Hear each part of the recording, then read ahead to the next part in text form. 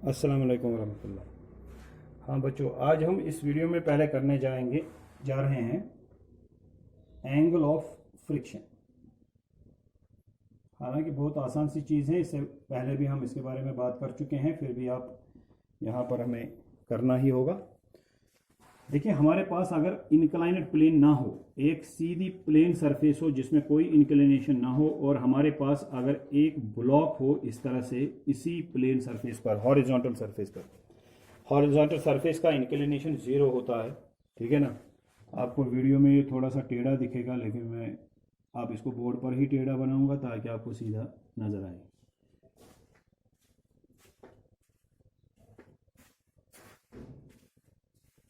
ठीक है, तो अब ये जो हॉरिजॉन्टल प्लेन है,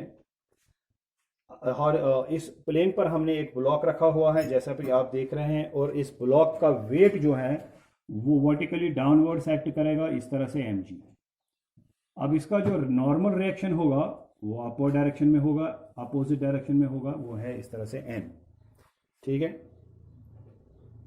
तो अब अगर आप ये देखना चाहें कि आपने मान लीजिए कोई फोर्स अप्लाई किया जिससे ये स्लाइड हो रहा हो, मान लीजिए कि आपने इस डायरेक्शन में इसको खींचा, इस डायरेक्शन में, और यहां से आपने फोर्स अप्लाई किया F, तो force of friction opposite direction में होगा, यानी in the direction which opposes the relative motion.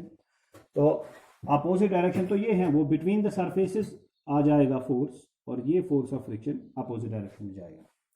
ठीक है, मैं यहां पर लिखता हूं अप्लाइड फोर्स।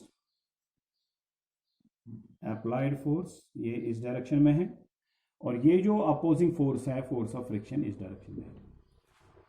अब अगर आप इस पूरी डायग्राम को देखेंगे तो आपको कुछ यहां से समझ में इस तरह से आएगा कि हमारे पास एक तो नॉर्मल रिएक्शन है on the body in the upward direction, दूसरा ये फोर्स ऑफ फ्रिक्शन है in this direction opposite to the relative motion. अब अगर आप इन दोनों का रिजल्टेंट देखना चाहें, यानी नॉर्मल रिएक्शन एंड इसका, तो यहां पर एक इस तरह से रेक्टेंगल बनेगा, और ये जो है ये इसका रिजल्टेंट होगा R। ठीक है ना, इन दोनों के दरमियान, यानी इस R और इस नॉर्मल रिएक्शन के दरमियान जो ये एंगल बनता है, एंगल थीटा, इसको आप एंगल ऑफ फ्रिक्शन कहते हो। तो एंगल ऑफ फ्रिक्शन क्या है? Angle of friction is the angle between normal reaction and the resultant of limiting force of friction and normal reaction। देखिए, what is this R? R क्या है? Resultant. किसका resultant? ये जो F है यहां से, ये क्या है? ये लिमिटिंग फ्रिक्शन है। तो लिमिटिंग फ्रिक्शन और नॉर्मल रिएक्शन का जो रिजल्टेंट है, उस रिजल्टेंट और नॉर्मल रिएक्शन के दरमियान जो एंगल बनता है, that angle is what? The angle of friction. तो आप कैसे इसको डिफाइन करेंगे? आप लिखिए, हम इसको लिख सकते हैं the angle between the normal reaction. ये एंगल किसके दरमियान है? Between the normal reaction and the resultant of, और रिजल्टेंट के दरमियान किसका resultant? And the resultant of limiting force of friction and the normal reaction. जो फोर्स ऑफ फ्रिक्शन और नॉर्मल रिएक्शन है, लिमिटिंग फ्रिक्शन और नॉर्मल रिएक्शन है, इनका जो रिजल्टेंट है, उस रिजल्टेंट के दरमियान, उस रिजल्टेंट और नॉर्मल रिएक्शन के दरमियान ये एंगल जो है, that is the angle of friction. फिर से मैं इसको आप डिक्टेट करता हूं, इस लाइन को आप नोट करें। The angle between the normal reaction and the resultant of limiting force of friction and normal reaction is called the angle of friction. अब अगर यहां पर भी आप देख लें, यहां पर एंगल क्या बन गया? थीटा। तो ये बन गया बेस, ये बन गया परपेंडिकुलर। तो यहां पर अगर आप tan थीटा लगाएंगे तो आप देखिए किसके बराबर आएगा? शाबाश, परपेंडिकुलर डिवाइड बाय बेस। ये परपेंडिकुलर नहीं, ये साइड, वो तो इसके बराबर है, that is F, limiting friction. ठीक है ना, और ये F लिख सकते हैं या FL लिख सकते हैं, एंड बेस तो ये है, ये तो नॉर्मल रिएक्शन है। तो ये तो वही हो गया जैसे कोएफिशिएंट ऑफ फ्रिक्शन हम करते थे, लेकिन उसमें हमने, और इसमें क्या फर्क है, वो हमने एक इंक्लाइनेड प्लेन पर दिखाया था, और इंक्लाइनेड प्लेन पर भी हमें ये मिला था, लेकिन अब मैंने एक हॉरिजॉन्टल प्लेन पर भी दिखाया। तो हम उस वक्त ये एंगल ऑफ रिपोज के बराबर हो सकता है, मगर ये एंगल, इसको हम एंगल ऑफ रिपोज नहीं कहेंगे, इसको हम एंगल ऑफ फ्रिक्शन कहेंगे। तो ये बन जाता है tan थीटा, और यहाँ भी आप लिख सकते हैं tan theta is equal to, शाबाश, force of friction per unit normal reaction, and that is called coefficient of friction. अगर ये बॉडी रेस्ट में है तो आप इसको कोफिशिएंट ऑफ स्टैटिक फ्रिक्शन कहेंगे, और अगर ये मोशन में है तो अब आप इसको कोफिशिएंट ऑफ काइनेटिक फ्रिक्शन कहेंगे। ठीक है कि नहीं?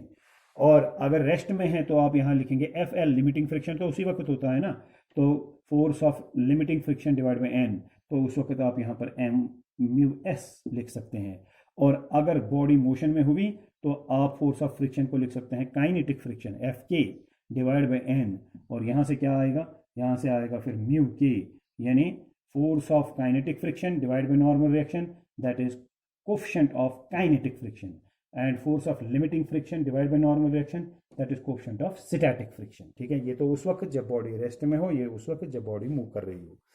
तो ये एक छोटी सी बात यहाँ पर हमने करनी थी फोर एंगल ऑफ फ्रिक्शन के बारे में। अब इससे भी एक छोटी सी बात आती है, मगर एक इंपॉर्टेंट बात है ये, आप छोटी क्लासेस में पढ़ चुके हैं फोर्स ऑफ फ्रिक्शन के एडवांटेजेस क्या हैं और फोर्स ऑफ फ्रिक्शन के डिसएडवांटेजेस क्या हैं।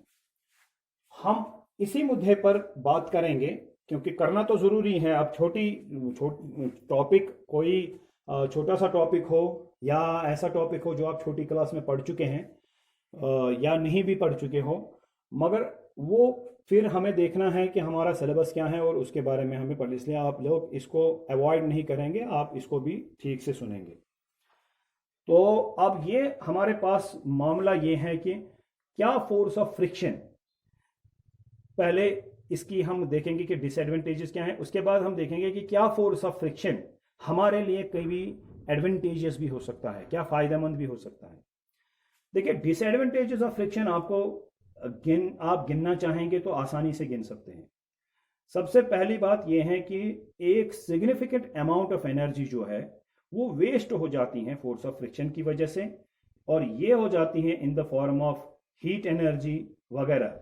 यानी जब कहीं पर फोर्स ऑफ फ्रिक्शन पैदा हो जाता है तो आपका एफर्ट ज़ाया हो जाता है, आपकी एनर्जी जो है वो ज़ाया हो जाती है। मैं आपको मिसाल दे देता हूँ, आप एक स्विमिंग मशीन मेरे सामने है तो मैं स्विमिंग मशीन की एग्जांपल दूंगा। अगर आपके पास एक स्विमिंग मशीन है और अगर उसके पार्ट्स, जब आप स्विमिंग मशीन को चला रहे होते हैं, चाहे आप फिजिकली मैन्युअली उसको घुमाएं या फिर किसी मोटर की मदद से, आप इलेक्ट्रिक मोटर की मदद से घुमाएं, इलेक्ट्रिक मोटर की मदद से चलाएं, लेकिन जब भी आप एक स्विमिंग मशीन को चलाते हैं तो उसके डिफरेंट पार्ट्स एक दूसरे पर मूव करते हैं या एक दूसरे पर स्लाइड करते हैं।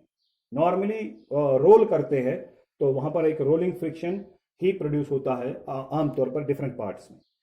लेकिन जब दो पार्ट्स मशीन के, मान लीजिए कि एक दूसरे के साथ या एक दूसरे के ऊपर मूव कर रहे हो, लाइक दिस के मूव कर रहे हो, तो क्या होगा कि उन पार्ट्स के दरमियान फोर्स ऑफ फ्रिक्शन पैदा होगा, और जितना फोर्स ऑफ फ्रिक्शन ज्यादा होगा उतना आपको एफर्ट इस मशीन को घुमाने के लिए ज्यादा करना पड़ेगा, चाहे वो एफर्ट आप हाथ से लगा रहे हो, चाहे आप किसी इलेक्ट्रिक मोटर का इस्तेमाल कर रहे हो।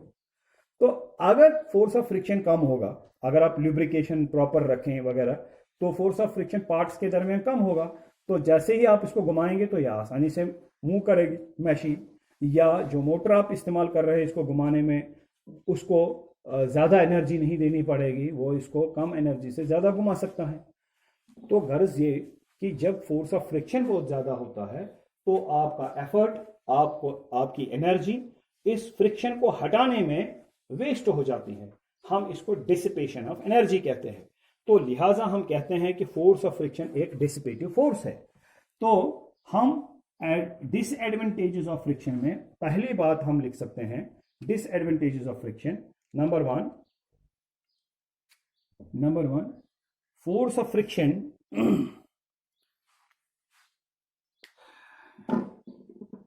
the force of friction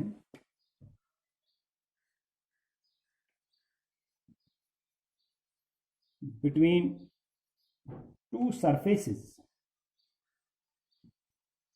in contact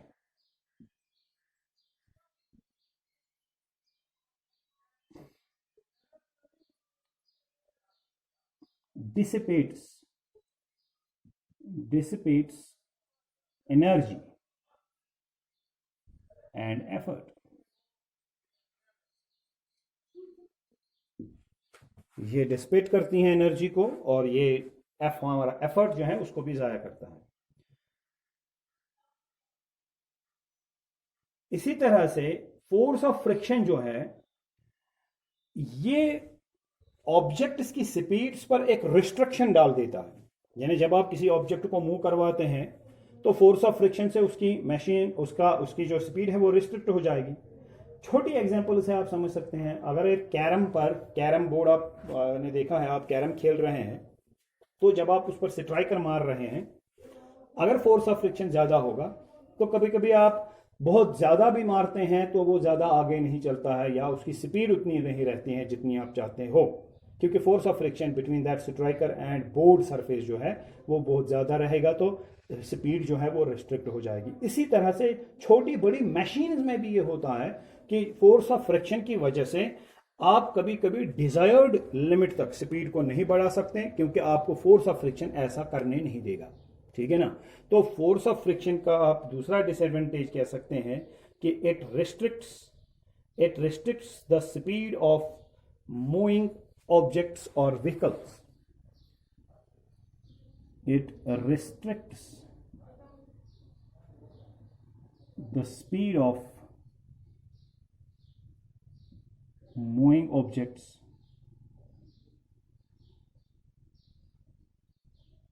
और vehicles। ठीक है। अच्छा, अब फोर्स ऑफ फ्रिक्शन देखिए, आपने किसी मशीन को चलाने के लिए एनर्जी का इस्तेमाल किया। अभी हमने देखा कि अगर फोर्स ऑफ फ्रिक्शन बहुत ज़्यादा होगा तो आपको ज़्यादा एफर्ट करना पड़ेगा, ज़्यादा एनर्जी जो है वो आपको देनी पड़ेगी। ठीक है ना। मान लीजिए एक मोटर जो है ये घूमता है किसी वोल्टेज पर, किसी करंट पर, यानी एक पावर सप्लाई आप इसको देते हैं और ये मोटर जो है वो घूमता है। और मान लीजिए इस पावर सप्लाई पर इसकी रोटेशंस 500 रोटेशंस होती हैं पर मिनट, यानी एक मिनट में ये 500 रोटेशंस करता है। इसको हम रोटेशंस पर मिनट कहते हैं, आरपीएम। तो अगर ये 500 रोटेशंस करता है, इसका जो आपने पावर सप्लाई दी है उस पावर सप्लाई पर 500 आरपीएम ये घूमता है, 500 रोटेशंस पर मिनट। लेकिन अब क्या हो गया, इसकी एक्सियल, इसके बेयरिंग्स, उनके दरमियान फोर्स ऑफ फ्रिक्शन आ गया, और नतीजा ये कि आपने जब ये पावर सप्लाई दे दी इसका रोटेशंस पर मिनट कम हो गया। अब ये इतनी रोटेशंस इस पावर सप्लाई पर नहीं करेगा, मान लीजिए 400 करेगा, मगर आप चाहते हैं कि ये 500 रोटेशंस पर मिनट करे। ये कोई ग्राइंडर का मोटर हो सकता है, एक बैंडसा का मोटर हो सकता है, ये कहीं कोई भी छोटा बड़ा किसी छोटी बड़ी मशीन के साथ मोटर आपने कनेक्ट किया हुआ है जिसको आप मूव करवा रहे हैं। ठीक है ना। या इवन स्विमिंग मशीन के साथ आपके पास एक मोटर है, आपने कनेक्ट किया हुआ है। तो अब इतनी रोटेशन ये पर मिनट नहीं कर पा रहा है, तो आप क्या करेंगे, आपको पावर सप्लाई जो है ज़्यादा देना पड़ रहा है, आपको वोल्टेज बढ़ाना पड़ रहा है, और नतीजा क्या होगा, तब जाके इसको 500 रोटेशन मिलेंगे। अब अगर आप देखेंगे जो पहले आप पावर दे रहे थे, आप लेसर पावर पर इसको मूव करवा रहे थे 500 रोटेशन पर मिनट, अब आप हायर पावर पर इसको 500 रोटेशन पर मिनट मूव करवा रहे हैं। इसका मतलब आपका एनर्जी का बिल ज़्यादा आएगा। अगर आप मीटर पर देखेंगे तो अब वो आपने ज़्यादा पावर इस्तेमाल किया है, तो इसने वेस्टेज ऑफ एनर्जी किया, इसकी एफिशिएंसी कम हो गई।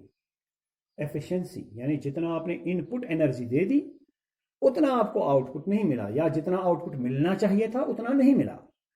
तो जब रेशो जब ये ratio of what, of input to output, जो इनपुट आपने दे दिया और जो आउटपुट है, ठीक है ना, जब इसका रेशो बहुत ज्यादा कम हो जाता है, यानी तो हम कह सकते हैं कि भाई एफिशिएंसी जो है मोटर की वो डिक्रीज हो गई, या इस मशीन की डिक्रीज हो गई। ये किसकी वजह से हो गया, ये फ्रिक्शन की वजह से हो गया। तो हमारा तीसरा पॉइंट क्या है, तीसरा पॉइंट ये है, the force of friction decreases the efficiency of a machine. The force of friction decreases the efficient, मेरे पास बोर्ड पर जगह कम है तो आप इसको इसी तरह सुनिए और मैं डिक्टेट करूंगा, आप लिखिए। तीसरा point, the force of friction decreases the efficiency of a machine. ठीक है। अच्छा, अब फोर्स ऑफ फ्रिक्शन हो गया तो हीट प्रोड्यूस हो गई। वैसे भी अगर आप दो हाथों को रब करेंगे तो हाँ हीट प्रोड्यूस होती है, तो फ्रिक्शन प्रोड्यूसेस हीट। तो जब आप फोर्स ऑफ फ्रिक्शन देखते हैं, ये हीट प्रोड्यूस करता है, तो हीट से क्या होता है, जब ओवर द ईयर्स एक मशीन के पार्ट्स के दरमियान हीट प्रोड्यूस होती है तो उसका वेयर एंड टियर हो जाता है, जिसको हम वेयर एंड टियर कहते हैं। यानी कुछ डैमेज ऐसी हो जाती हैं जो फिर रिवर्सिबल नहीं होती हैं, इरिवर्सिबल होती है। मशीन के पार्ट्स खराब होने लगते हैं, हीट की वजह से अनड्यू एक्सपेंशन होने लगता है, घिसने लगती हैं ये सरफेसेस। तो लिहाजा हम ये भी कह सकते हैं कि द फोर्स ऑफ फ्रिक्शन, ये चौथा पॉइंट रहेगा डिसएडवांटेजेस में, the force of friction causes wear and tear in the moving parts of a machine. आप ये फोर्थ पार्ट लिखें, क्या अंग्रेजी मैंने यूज की थी, the force of friction causes the force of friction causes wear and tear, wear, wear and tear, tear, tear in the moving parts of a machine। ठीक है ना। और यहां तक भी मैं कहूंगा कि कभी कभी फोर्स ऑफ फ्रिक्शन से बहुत ज्यादा डैमेज प्रोड्यूस होती हैं, मशीन जल भी सकती है। तो ये भी आप एक पॉइंट लिख सकते हैं, sometimes force of friction causes severe damage to a machine, severe damage to a machine।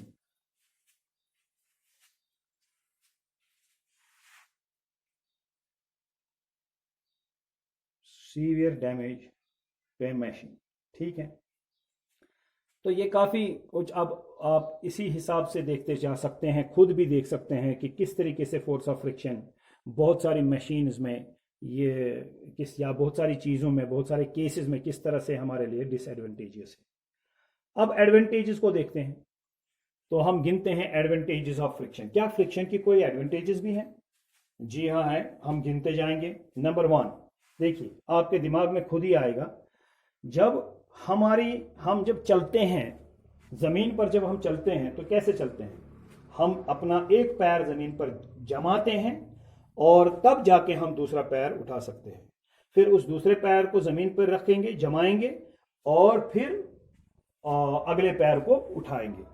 तो हम जब चलते हैं तो हमेशा ही हमारा एक पैर ज़मीन पर रहेगा, दूसरा हम तब ही उठा सकते हैं। लेकिन जब हमारा एक पैर ज़मीन पर रहता है, ठीक है ना, उसके और ज़मीन के दरमियान जो फोर्स ऑफ फ्रिक्शन होता है, उसी की वजह से हम उस पैर को ज़मीन पर टिका हुआ रख सकते हैं। अदरवाइज जब हम एक पैर उठाएंगे और अगर दूसरे पैर और ज़मीन के दरमियान फोर्स ऑफ फ्रिक्शन कम हुआ तो हमारा पैर स्लिप कर जाएगा और हम गिर जाएंगे। आप देखते हैं सर्दियों में जहाँ पर वाटर, ज़मीन पर पानी, बारिश, बर्फ़ फ्रीज हुई होती है, तो वहाँ पर हम जब पैर रखते हैं फोर्स ऑफ फ्रिक्शन बहुत कम होता है, वहाँ पर सरफेस स्लिपरी बन जाती है और हम गिर जाते हैं। हम पैर उठाते ही दूसरा पैर जो है हमारा फिसल जाता है।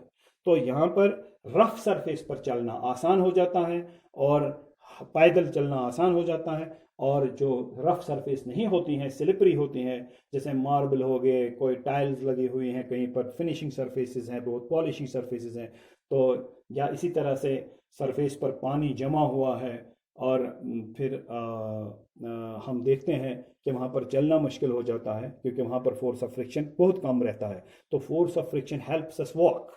हमें फोर्स ऑफ फ्रिक्शन, हमारा पहला एडवांटेज जो फ्रिक्शन का है वो हम इस तरह से लिखेंगे कि force of friction helps us walk, helps us walk. ठीक है। दूसरा, फोर्स ऑफ फ्रिक्शन की मदद से हम ब्रेक्स अप्लाई कर पाते हैं साइकिल्स में, बाइक्स में, गाड़ियों में।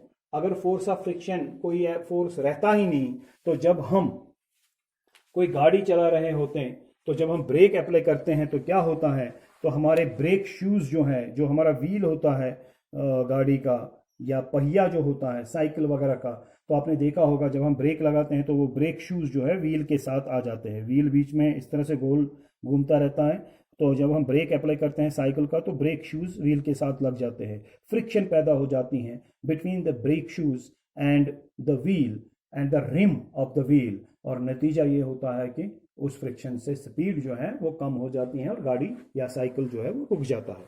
तो force of friction works in the application of brakes in vehicles. आप इसको इस तरह से लिख सकते हैं, फोर्स ऑफ फ्रिक्शन वर्क्स, शाबाश, in the application of brakes, force of friction works in the application of brakes in vehicles। ये दूसरी एडवांटेज। तीसरा एडवांटेज ये है कि जब आप लिखते हैं तो वहाँ फोर्स ऑफ फ्रिक्शन होता है। मान लीजिए पेंसिल से लिख रहे हैं या पेन से लिख रहे हैं, तो जो टिप ऑफ पेन होता है या पेंसिल होता है तो वो कागज़ के साथ फोर्स ऑफ फ्रिक्शन, इस पेंसिल का और कागज़ के दरमियान फोर्स ऑफ फ्रिक्शन होता है, और उस फ्रिक्शन की वजह से ही जो इंक होती हैं, अगर आप पेन से लिख रहे हैं तो इंक जो होती हैं वो फोर्स ऑफ फ्रिक्शन की वजह से ही अलग हो जाती हैं। फिर वो एडिशन भी, वहाँ पर फोर्स ऑफ एडिशन भी काम करता है जिसकी वजह से वो कागज़ के साथ चिपक जाती है।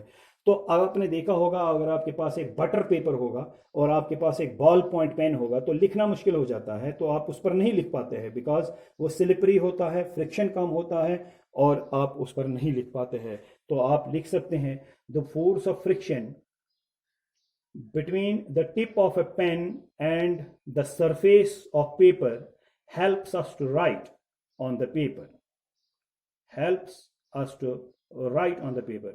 It is not possible to write on a glazed paper because of low friction, ठीक है ना, कम फ्रिक्शन की वजह से आप glazed पेपर पर नहीं लिख सकते।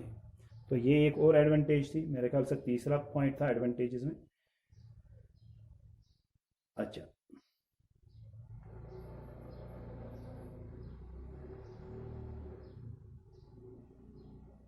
तो इसी तरह से फोर्स ऑफ फ्रिक्शन जो है, इसका एक और एडवांटेज हो सकता है, जब आप चौक से भी लिखते हैं बोर्ड पर तो वहां भी फोर्स ऑफ फ्रिक्शन नहीं होगा तो चौक स्लिप कर जाता है बोर्ड से, और फोर्स ऑफ फ्रिक्शन भरपूर रहेगा तो आप लिख सकते हैं। इसी तरह से जब व्हीकल्स कर्व्स डिस्क्राइब करती हैं, ठीक है ना, जब कोई गाड़ी जाती है और वो गाड़ी अगर एक कर्व को डिस्क्राइब करती है, आप गाड़ी जा रही हैं, कर्व डिस्क्राइब हो गई, इस गाड़ी ने कहीं पर आप मोड़ आ गया तो इसको एक कर्व डिस्क्राइब करनी पड़ी और इसने कर्व को डिस्क्राइब किया और ये मुड़ी, तो जब एक गाड़ी मुड़ जाएगी, जब वो कर्व को डिस्क्राइब करेगी, जब कोई गाड़ी कर्व को डिस्क्राइब करेगी तो आप देखेंगे जब आपको कर्व डिस्क्राइब हो जाता है वहां पर भी फोर्स ऑफ फ्रिक्शन चाहिए, वहां पर सेंट्रीपिटल फोर्स चाहिए। सेंट्रीपिटल फोर्स ही एक सर्कुलर पाथ में या एक कर्व में किसी गाड़ी को, किसी बाइक को, किसी भी चीज को घुमा सकती है।